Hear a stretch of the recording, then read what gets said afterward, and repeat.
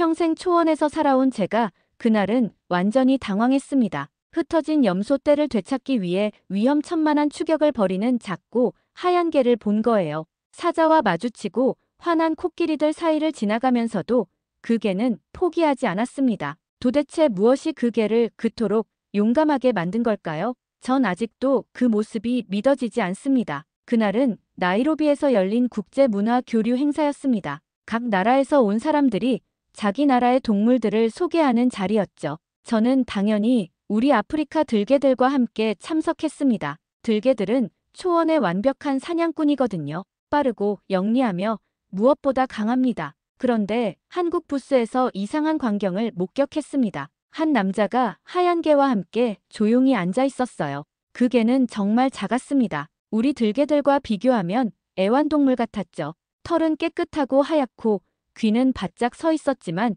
전혀 위협적이지 않았습니다. 솔직히 처음엔 웃음이 나왔습니다. 저런 연약해 보이는 개가 이 자리에 왜 나왔을까 싶었거든요. 하지만 그 생각은 곧 완전히 바뀌게 됩니다. 안녕하세요. 저는 케냐 마사이 부족에서 온 올렌카이입니다. 어린 시절부터 초원에서 자라며 들개들과 함께 생활해왔고 잠깐 도시에서 공부하며 부족의 문화를 외부에 알리는 일도 하고 있습니다. 들개는 우리 부족에게 단순한 동물이 아닙니다. 초원의 법칙을 따르는 최고의 사냥 동료이자 자연 그 자체죠. 나이로비의 뜨거운 오후 햇살 아래 저는 우리 들개 무리와 함께 행사장 한편에 서 있었습니다. 들개들은 경계심에 가득 차 귀를 쫑긋 세우고 주변을 살피고 있었어요. 낯선 냄새와 소음에 본능적으로 반응하는 모습이 역시 야생의 존재답다는 생각이 들었습니다. 제 시선이 한국 부스로 향했습니다. 그곳에는 30대 중반으로 보이는 조용한 남자가 앉아 있었는데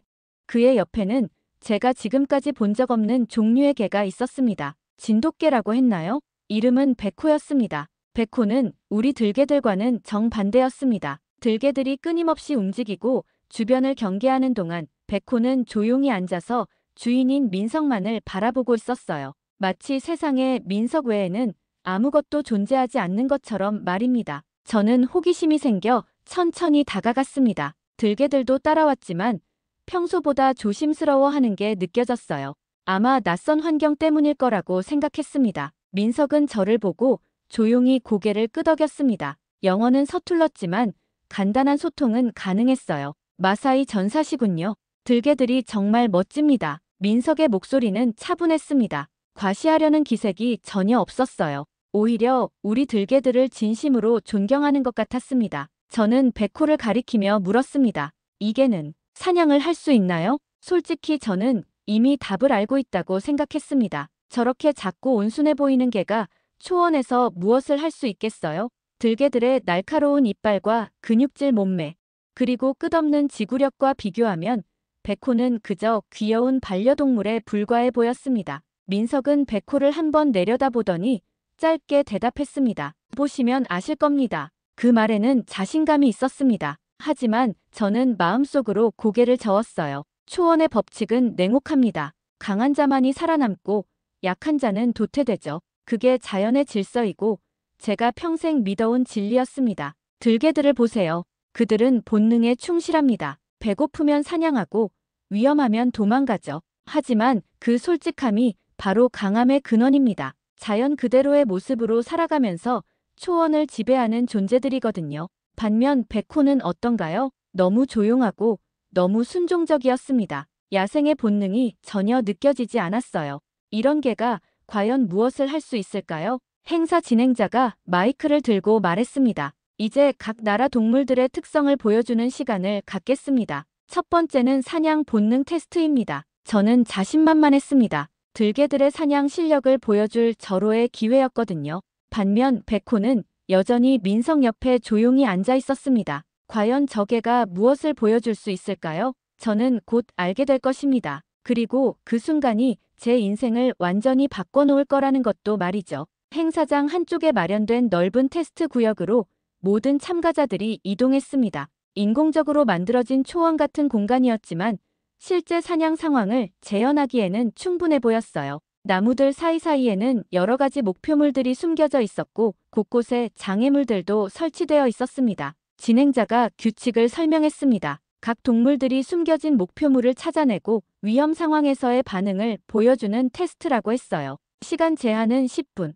가장 빠르고 정확하게 임무를 완수하는 팀이 우승하는 방식이었습니다. 저는 들개 무리를 바라보며 미소를 지었습니다. 이건 우리에게 너무나 유리한 게임이었거든요. 들개들은 태어날 때부터 사냥을 위해 존재하는 동물들입니다. 빠른 속도, 완벽한 팀워크, 그리고 포기하지 않는 끈기까지 모든 것을 갖추고 있어요. 다른 나라 참가자들도 각자 동물들을 준비시키고 있었습니다. 독일에서 온 shepherd, 러시아의 허스키, 호주의 목양견들까지 모두 나름대로 훌륭한 개들이었지만 야생에서 단련된 우리 들개들과는 차원이 달랐습니다. 테스트가 시작되었습니다. 제가 휘파람을 불자 들개들이 즉시 반응했습니다. 3마리가 동시에 움직이면서 넓은 구역을 빠르게 수색하기 시작했어요. 첫 번째 들개는 왼쪽으로, 두 번째는 오른쪽으로, 세 번째는 중앙으로 퍼져나가면서 완벽한 삼각편대를 형성했습니다. 정말 아름다운 광경이었어요. 들개들은 냄새를 맡고 발자국을 추적하며 서로 짧은 울음소리로 의사소통을 했습니다. 마치 하나의 생명체처럼 움직이면서도 각자의 역할을 완벽하게 수행했어요. 5분도 안 되어 첫 번째 목표물을 발견했습니다. 나무 뒤에 숨겨진 가짜 영양 인형이었어요. 들개들은 즉시 포위 작전을 펼쳤습니다. 한 마리가 정면에서 주의를 끌고 나머지 2마리가 양쪽에서 접근하는 완벽한 협동 작전이었죠. 주변에서 박수와 감탄사가 터져나왔습니다. 정말 놀랍다. 야생의 본능이 살아있네. 그 같은 소리들이 들렸어요. 저는 자랑스러웠습니다. 역시 초원의 왕자들답다는 생각이 들었어요. 이런 것이 바로 진짜 사냥이고 진짜 강함이라고 확신했습니다. 이제 백호의 차례였습니다. 민석이 백호에게 조용히 말했습니다. 한국어였기 때문에 정확한 내용은 몰랐지만 아마 시작하라는 신호였을 거예요. 백호는 민석을 한번 올려다본 후 천천히 일어났습니다. 그런데 이상한 일이 벌어졌습니다. 백호는 목표물을 향해 달려가지 않았습니다. 대신 민석만을 바라보고 있었어요. 마치 정말 가야 하나요? 저는 여기 있고 싶은데요 라고 말하는 것 같았습니다. 저는 속으로 생각했습니다. 역시 그렇군. 사냥 본능이 전혀 없는 거야. 하지만 민석이 손을 들어 방향을 가리키자 백호가 움직이기 시작했습니다. 들개들처럼 빠르게 달리지는 않았어요. 대신 천천히, 하지만 정확하게 민석이 가리킨 방향으로만 움직였습니다. 더 이상한 것은 그 다음이었습니다. 백호는 냄새를 맡거나 발자국을 추적하지 않았어요. 오직 민석의 손짓에만 집중하면서 움직였습니다. 민석이 멈추라고 하면 멈추고 오른쪽으로 가라고 하면 오른쪽으로 갔어요. 이게 사냥인가요? 저는 이해할 수 없었습니다. 그런데 놀라운 일이 벌어졌습니다. 백호가 민석의 지시만으로 숨겨진 목표물을 정확하게 찾아낸 것입니다. 들개들이 본능과 경험으로 찾아낸 것을 백호는 오직 민석과의 소통만으로 해낸 거예요. 하지만 진짜 충격은 그 다음에 왔습니다. 테스트의 마지막 단계는 위험 상황 대응이었습니다. 갑자기 큰 소음이 나고 위협적인 모형들이 튀어나오는 상황에서 동물들이 어떻게 반응하는지 보는 것이었어요. 들개들은 본능적으로 반응했습니다. 갑작스러운 위협에 놀라 잠시 뒤로 물러섰다가 곧 흩어져서 각자 안전한 곳으로 피했어요. 이건 자연스러운 반응이었습니다. 야생에서는 무모한 용기보다 현명한 회피가 생존의 열쇠거든요. 다른 개들도 비슷했습니다. 놀라서 짖거나 주인 뒤로 숨거나 아예 도망치려고 하는 개들도 있었어요. 그런데 백호는 달랐습니다. 위협적인 소음이 울려 퍼지고 무서운 모형들이 사방에서 튀어나와도 백호는 한 걸음도 물러서지 않았어요. 대신 민석 앞에 딱 서서 그 모든 위협을 정면으로 응시했습니다. 백호의 눈빛에는 두려움이 없었습니다. 아니, 두려움이 있을 수도 있었지만 그것보다 더 강한 무언가가 있었어요. 그 눈빛은 이렇게 말하고 있는 것 같았습니다. 내 주인이 뒤에 있다. 너희는 나를 지나갈 수 없다. 저는 그 순간 뭔가 이상하다는 것을 느꼈습니다. 이건 단순한 용맹함이 아니었어요. 들개들의 야생 본능과는 완전히 다른 종류의 무엇인가였습니다. 테스트가 끝났을 때 주변 사람들은 박수를 쳤지만 저는 박수를 칠 수 없었습니다. 너무 당황했거든요. 뭔가 이상합니다. 이건 제가 아는 개의 행동이 아니었어요. 들개는 본능으로 움직입니다. 배고프면 사냥하고 위험하면 피하죠. 그게 자연의 법칙입니다. 하지만 백호는 본능이 아닌 다른 무언가로 움직이고 있었습니다. 민석이 백호의 머리를 쓰다듬으며 조용히 말했습니다. 잘했어. 그 짧은 말 속에 담긴 따뜻함과 신뢰를 보며 저는 처음으로 제 확신이 흔들리는 것을 느꼈습니다. 도대체 저게는 무엇일까요? 그리고 저 둘 사이에는 어떤 관계가 있는 걸까요? 테스트가 끝난 후 며칠이 지났습니다. 행사는 계속 진행되고 있었고 각국 참가자들은 서로의 문화를 체험하며 교류하고 있었어요. 저는 여전히 백호의 행동이 이상하다고 생각했지만 일단 제쳐두고 다른 프로그램들에 참여하고 있었습니다. 그런데 셋째 날 오후 예상치 못한 일이 벌어졌습니다. 행사장 근처에 방목해두었던 염소떼가 갑자기 흩어진 것입니다. 총 15마리의 염소들이 여기저기로 뛰어다니며 사라지기 시작했어요. 일부는 숲속으로, 일부는 언덕 너머로, 나머지는 아예 행사장 반대편으로 달아났습니다. 이건 단순한 문제가 아니었습니다. 염소들은 이 지역 마사이 부족의 소중한 재산이었거든요. 우리에게 가축은 생명과도 같습니다. 하나라도 잃으면 가족 전체가 큰 손실을 입게 되죠. 행사 진행자들은 당황했습니다. 어떻게 해야 할지 모르겠다는 표정이었어요. 현지 가이드들도 머리를 끄덕이며 이런 일은 처음이다라고 말했습니다. 저는 즉시 들개들을 불렀습니다. 이제 우리가 나설 때야. 들개들은 제 호출에 반응했습니다. 하지만 문제가 있었어요. 염소들이 너무 많은 방향으로 흩어져 버린 것입니다. 들개들도 혼란스러워했어요. 어떤 녀석은 숲으로 향한 염소를 쫓아가려 하고 다른 녀석은 언덕 쪽을 향해 달려가려고 했습니다. 이럴 때 들개들의 한계가 드러납니다. 그들은 본능적으로 움직이기 때문에 목표가 분산되면 집중력이 떨어져요. 결국 이것저것 쫓아다니다가 정작 중요한 것을 놓치게 됩니다. 10분이 지나도 들개들은 염소 한 마리도 되찾지 못했습니다. 오히려 더 멀리 쫓아내버리는 상황이 되었어요. 그때였습니다. 민석이 백호와 함께 다가왔습니다. 그는 상황을 파악한 후 저에게 말했습니다. 도와드릴까요? 솔직히 저는 의아했습니다. 들개들도 못하는 일을 저 작은 개가 할 수 있다고. 하지만 다른 방법이 없었기 때문에 고개를 끄덕였어요. 민석은 백호와 함께 높은 곳으로 올라가서 주변을 살펴보았습니다. 그리고 염소들이 흩어진 방향을 확인한 후 백호에게 조용히 말했어요. 백호야, 저쪽으로 가자. 백호는 민석의 지시를 받고 움직이기 시작했습니다. 하지만 이번에는 테스트 때와 달랐어요.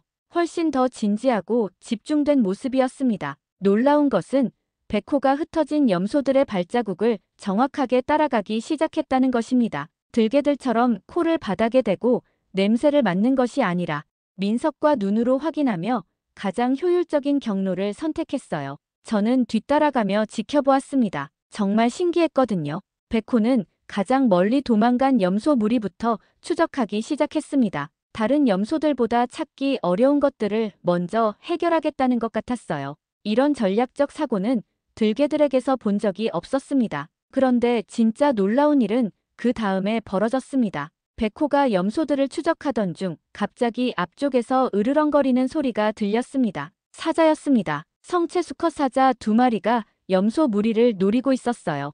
이 상황에서 대부분의 개들은 도망칩니다. 들개들도 절대 사자 앞에서는 싸우지 않아요. 그게 현명한 선택이거든요. 살아남는 것이 최우선이니까요. 저도 마찬가지였습니다. 이제 그만하자. 너무 위험해. 라고 말하려고 했어요. 그런데 백호는 멈추지 않았습니다. 백호는 민석을 한번 바라보았습니다. 그 시선에는 어떻게 할까요?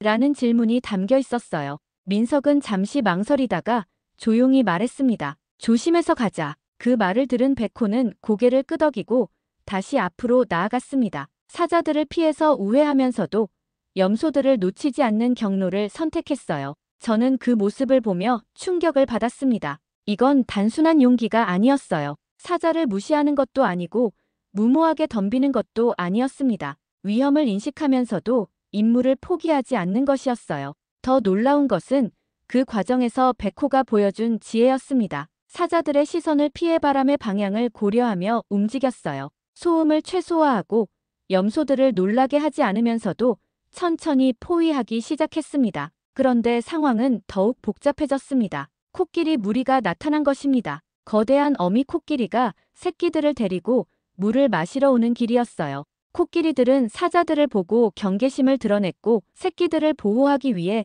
위협적인 자세를 취했습니다. 이제 상황은 완전히 복잡해졌습니다. 사자, 코끼리, 염소, 그리고 우리까지 초원의 모든 생명체가 한 곳에 모인 상황이었어요. 들개들이라면 이미 포기했을 것입니다. 너무 많은 변수가 있었거든요. 하지만 백호는 달랐습니다. 백호는 민석과 짧은 눈맞춤을 했습니다. 그리고 놀랍게도 이 복잡한 상황을 하나씩 해결하기 시작했어요. 먼저 코끼리들이 사자들을 견제하는 사이를 이용했습니다. 사자들의 주의가 코끼리들에게 분산된 틈을 타서 염소들에게 접근했어요. 그리고 코끼리들이 이동하는 방향을 예측해서 염소들을 안전한 곳으로 몰기 시작했습니다. 이 모든 과정에서 백호는 한 번도 민석에게서 눈을 떼지 않았습니다. 위험한 상황에서도 민석의 안전을 가장 먼저 고려하면서 임무를 수행했어요. 30분이 지났을 때 믿을 수 없는 일이 벌어졌습니다. 백호가 흩어진 염소들을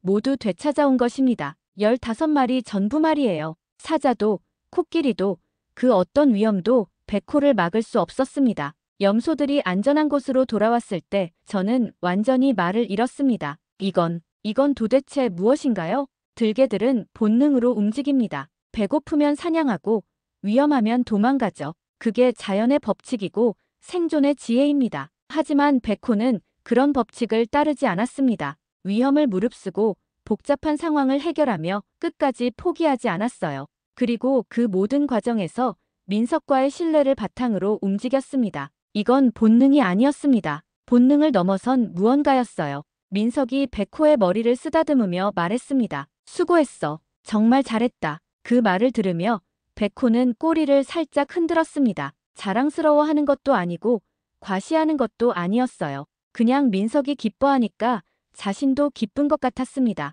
저는 그 모습을 보며 깨달았습니다. 강함이란 무엇인가요? 빠른 속도인가요? 날카로운 이빨인가요? 무모한 용기인가요? 아니었습니다. 진정한 강함은 끝까지 포기하지 않는 마음이었습니다. 위험을 무릅쓰고라도 지켜야 할 것을 지키는 마음, 그리고 그 마음을 가능하게 하는 신뢰와 책임감. 백호는 단순히 강한 개가 아니었습니다. 백호는 인간 이상의 존재였습니다. 제가 평생 믿어온 초원의 법칙이 그날 완전히 흔들렸습니다. 그날 밤 저는 잠을 이룰 수 없었습니다. 텐트 안에 누워서 천장을 바라보며 계속 백호의 모습을 떠올렸어요. 사자 앞에서도 물러서지 않았던 그 눈빛, 코끼리들 사이를 지나면서도 흔들리지 않았던 그 발걸음, 그리고 모든 염소를 되찾고 나서 민석을 바라보았던 그 따뜻한 시선까지 저는 혼란스러웠습니다. 평생 초원에서 살아오면서 수많은 동물들을 봤습니다. 사자의 위험, 표범의 민첩함, 코끼리의 지혜, 그리고 들개의 끈기까지. 하지만 백호 같은 존재는 처음이었어요. 들개들은 강합니다. 빠르고 영리하며 팀워크도 완벽해요. 하지만 그들에게는 한계가 있습니다. 위험이 생존을 위협하면 물러서고 목표가 분산되면 집중력을 잃죠. 그게 자연스럽고 현명한 선택입니다. 그런데 백호는 달랐습니다. 위험을 무릅쓰고 복잡한 상황에서도 집중을 잃지 않으며 끝까지 포기하지 않았어요. 도대체 무엇이 그 개를 그렇게 만든 걸까요? 다음 날 아침, 저는 민석을 찾아갔습니다. 민석은 백호와 함께 행사장 한쪽에서 조용히 앉아 있었어요. 백호는 여전히 민석만을 바라보고 있었고, 민석은 책을 읽으면서도 가끔 백호의 머리를 쓰다듬어주고 있었습니다. 그 평화로운 모습을 보며 저는 더욱 궁금해졌습니다. 민석 씨, 제가 부르자 민석이 고개를 들었습니다. 백호도 저를 바라보았지만 경계하는 기색은 전혀 없었어요.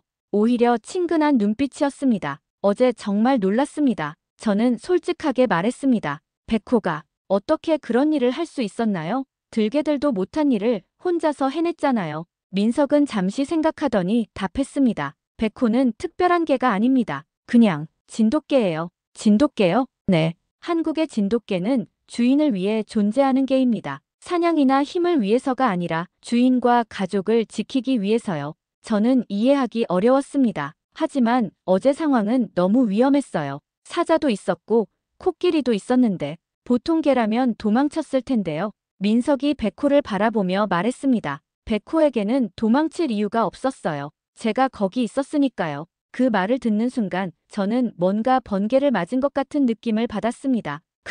그게 무슨 뜻인가요? 진돗개는 주인과의 약속을 지키는 개입니다. 그 약속이 무엇이든 상관없어요. 어려운 일이든 위험한 일이든 끝까지 함께합니다. 민석의 목소리는 조용했지만 확신에 차 있었어요. 백호에게 저는 단순한 주인이 아닙니다. 가족이에요. 그리고 가족은 서로를 지키는 거죠. 저는 그 말을 들으며 충격을 받았습니다. 가족이라고요? 개와 인간이 가족이라고요? 하지만 곰곰 생각해보니 이해가 되기 시작했습니다. 어제 백호가 보여준 모든 행동들이 설명되는 것 같았어요. 백호는 염소를 구하러 간 게 아니었습니다. 민석이 염소를 구해야 한다고 생각했기 때문에 백호도 그것을 자신의 일로 받아들인 거였어요. 백호는 위험을 무릅쓴 게 아니었습니다. 민석이 안전하다면 자신에게 닥치는 위험은 중요하지 않았던 거죠. 백호는 용감한 게 아니었습니다. 그냥 사랑했던 것입니다.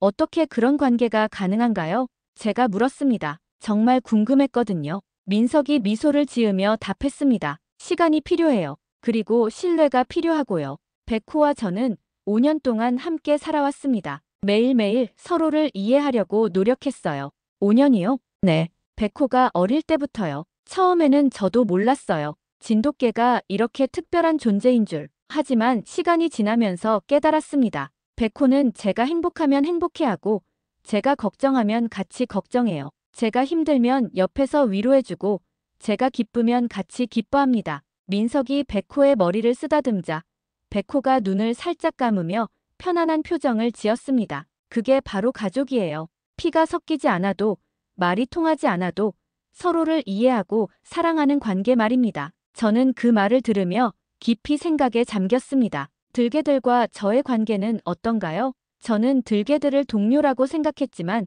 과연 가족이라고 생각한 적이 있었을까요? 들개들이 위험에 처했을 때 저는 그들을 구하기 위해 목숨을 걸 수 있을까요? 반대로 들개들은 저를 위해 그렇게 할 수 있을까요? 아마 어려울 것 같았습니다. 우리는 서로를 필요로 하지만 백호와 민석처럼 완전히 하나가 된 관계는 아니었어요. 신기합니다. 저는 솔직하게 말했습니다. 저는 지금까지 강함이란 날카로운 이빨이나 빠른 발 또는 무서운 힘이라고 생각했어요. 하지만 백호를 보니 진짜 강함은 다른 것 같네요. 어떤 것 같으세요? 민석이 물었습니다. 저는 잠시 망설이다가 답했습니다. 사랑. 아니, 책임감인 것 같아요. 끝까지 포기하지 않는 마음. 그리고 그 마음을 가능하게 하는 신뢰. 민석이 고개를 끄덕였습니다. 맞습니다. 진돗개의 강함은 거기서 나와요. 육체적인 강함이 아니라 마음의 강함입니다. 그 순간 저는 깨달았습니다. 제가 평생 믿어온 초원의 법칙은 틀린 게 아니었습니다. 다만 불완전했을 뿐이었어요. 생존을 위한 강함도 중요하지만 그보다 더 높은 차원의 강함이 존재한다는 것을 몰랐던 거죠. 백호는 생존을 위해 강한 것이 아니었습니다. 사랑하는 존재를 지키기 위해 강한 것이었어요. 그리고 그런 강함은 어쩌면 제가 본 그 어떤 맹수보다도 더 무서우면서도 아름다운 것이었습니다. 고맙습니다. 저는 진심으로 말했습니다. 오늘 많은 것을 배웠어요. 백호, 아니, 진돗개라는 존재에 대해서요. 민석이 미소를 지었습니다. 백호도 고마워할 거예요. 백호는 사람들이 자신을 이해해주는 걸 좋아하거든요. 백호가 저를 바라보며 꼬리를 살짝 흔들었습니다. 마치 이제 친구가 된 건가요? 라고 묻는 것 같았어요. 저는 그 순간 결심했습니다. 이 이야기를 우리 부족에게 전해야겠다고. 그리고 백호와 민석에게 우리가 할 수 있는 최고의 경의를 표해야겠다고 말입니다. 그날 저녁 저는 부족 원로들과 젊은 전사들을 모두 불러 모았습니다. 행사장 한쪽에 마련된 마사이 전통 공간에서 우리만의 회의가 열렸어요. 모닥불이 타오르는 가운데 붉은 천을 두른 전사들이 둥글게 앉았습니다. 가장 나이가 많은 원로 엔키시가 먼저 입을 열었습니다. 올렌카이, 무슨 일로 우리를 부른 거냐? 저는 심호흡을 한 후 말을 시작했습니다. 오늘 저는 믿을 수 없는 일을 목격했습니다. 우리가 지금까지 알고 있던 강함과는 완전히 다른 강함을 본 것입니다. 젊은 전사 레노토가 궁금한 듯 물었습니다. 무슨 얘기인가요? 저는 지난 며칠간 일어난 모든 일들을 차근차근 설명했습니다. 처음 백호를 봤을 때의 실망감부터 시작해서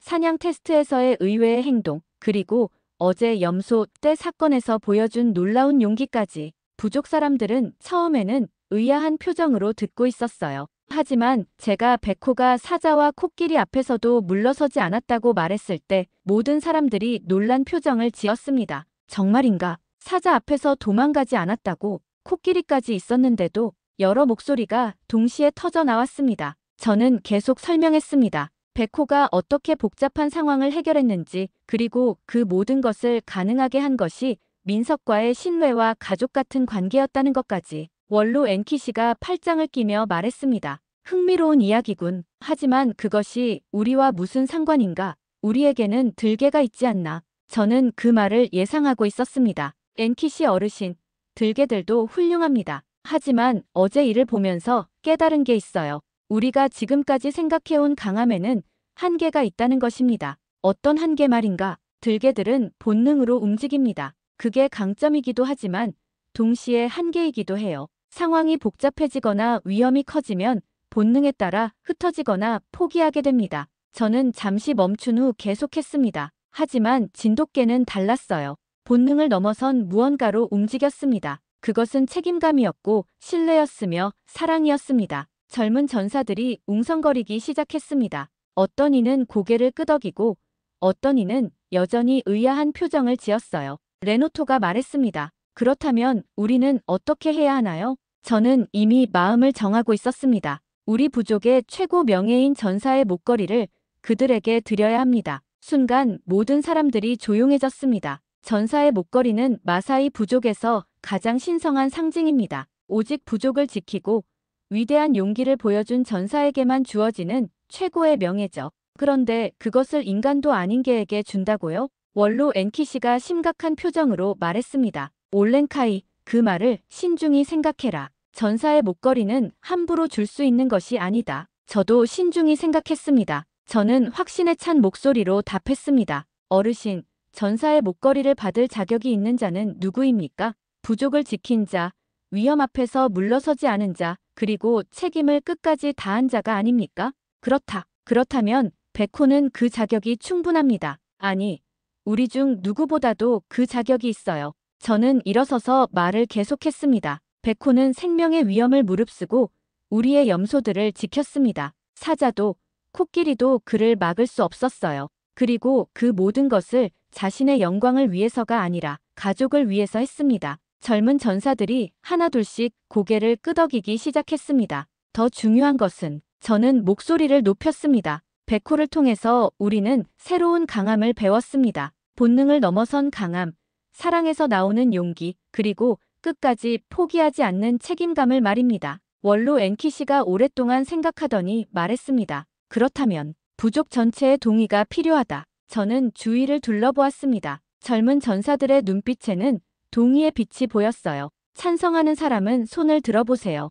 하나둘씩 손이 올라가기 시작했습니다. 처음에는 젊은 전사들부터, 그 다음에는 중년의 전사들까지, 마지막에는 원로 엔키시까지도 천천히 손을 들었습니다. 만장일치군. 엔키시 어르신이 미소를 지으며 말했습니다. 그렇다면 내일 정식으로 명예수여식을 갖도록 하자. 다음 날 아침, 우리는 민석과 백호를 부족 집회 장소로 초대했습니다. 민석은 무슨 일인지 몰라 당황한 표정이었어요. 백호는 평소와 다름없이 차분한 모습이었지만 주변의 분위기가 심상치 않다는 것은 느끼고 있는 것 같았습니다. 부족 사람들이 모두 모인 가운데 저는 전사의 목걸이를 들고 백호 앞에 무릎을 꿇었습니다. 백호. 저는 백호의 눈을 바라보며 말했습니다. 너는 들개보다 강하다. 아니, 우리 인간보다도 강하다. 백호가 저를 조용히 바라보았습니다. 너의 강함은 날카로운 이빨에서 나오지 않는다. 빠른 발에서 나오지도 않는다. 너의 강함은 사랑하는 존재를 끝까지 지키려는 그 마음에서 나온다. 저는 목걸이를 백호의 목에 걸어주었습니다. 오늘부터 너는 우리 마사이 부족의 명예 전사다. 그리고 한국의 자랑스러운 아들이다. 부족 사람들이 일제히 박수를 쳤습니다. 아이들은 환호성을 질렀고 어른들은 존경의 박수를 보냈어요. 민석의 눈에 눈물이 맺혔습니다. 감사합니다. 정말 감사합니다. 민석이 떨리는 목소리로 말했습니다. 진돗개는 단지 개가 아닙니다. 한국인의 가족이자 친구이며 끝까지 함께하는 존재입니다. 이런 명예를 주셔서 진심으로 감사드립니다. 저는 민석의 어깨에 손을 올리며 말했습니다. 우리가 감사해야 합니다. 백호를 통해서 우리는 더 큰 세계를 보게 되었어요. 부족의 아이들이 백호 주위로 몰려들어 머리를 쓰다듬었습니다. 백호는 아이들을 무서워하지도 않고 귀찮아하지도 않았어요. 오히려 즐거워하는 것 같았습니다. 한 아이가 물었습니다. 올랭카이 아저씨, 왜 이게는 이렇게 용감해요? 저는 아이를 바라보며 대답했습니다. 이게는 단순한 개가 아니야. 한국인의 가족이거든. 그리고 가족은 서로를 위해 무엇이든 할 수 있단다. 우리도 그런 가족이 될 수 있어요? 물론이지. 우리도 서로를 끝까지 지키는 가족이 될 수 있어. 그날 저녁 행사의 마지막 날이었습니다. 민석과 백호가 한국으로 돌아가기 전 저는 그들과 마지막 대화를 나누었습니다. 정말 많은 것을 배웠습니다. 저는 진심으로 말했습니다. 백호를 통해서 진정한 강함이 무엇인지 알게 되었어요. 민석이 미소를 지으며 답했습니다. 저희도 마사이 부족의 따뜻함을 배웠습니다. 서로 다른 문화지만 가족을 사랑하고 지키려는 마음은 같다는 것을 알게 되었어요. 백호가 제게 다가와 코를 킁킁거렸습니다. 저는 백호의 머리를 쓰다듬으며 말했습니다. 백호야, 고마웠어. 너 덕분에 나는 더 큰 사람이 되었단다. 백호가 꼬리를 흔들며 제 손을 하였습니다. 그들이 떠난 후 저는 오랫동안 그 자리에 서 있었습니다. 이제 저는 알았습니다. 한국이 왜 강한지를. 그들은 백호 같은 존재들과 함께 살아가고 있었으니까요. 서로를 끝까지 지키고 책임을 다하며 사랑으로 하나가 된 존재들과 함께요. 그리고 저도 이제 다짐했습니다. 앞으로는 초원의 법칙만으로 세상을 보지 않겠다고. 더 큰 가치, 더 높은 차원의 강함을 추구하겠다고. 진돗개는 단지 개가 아니었습니다. 그것은 한국인의 정신이었고 가족이었으며 끝까지 함께하는 존재였습니다. 그리고 이제 저도 그런 존재가 되고 싶었습니다. 여러분은 어떻게 생각하시나요? 저는 그날 이후 완전히 달라졌습니다. 진돗개 백호가 보여준 것은 단순한 용기가 아니었어요. 사랑에서 나오는 진정한 강함이었습니다. 진돗개는 단지 개가 아닙니다. 한국인의 가족이며 신뢰이며 인간 이상의 책임입니다. 이런 존재와 함께 살아가는 한국인들이 정말 부럽습니다. 여러분도 오늘부터 가족과 더 깊은 신뢰를 쌓아가시길 바랍니다. 끝까지 시청해주셔서 진심으로 감사드립니다. 좋아요와 구독은 한국의 따뜻한 이야기를 전하는 데 큰 힘이 됩니다.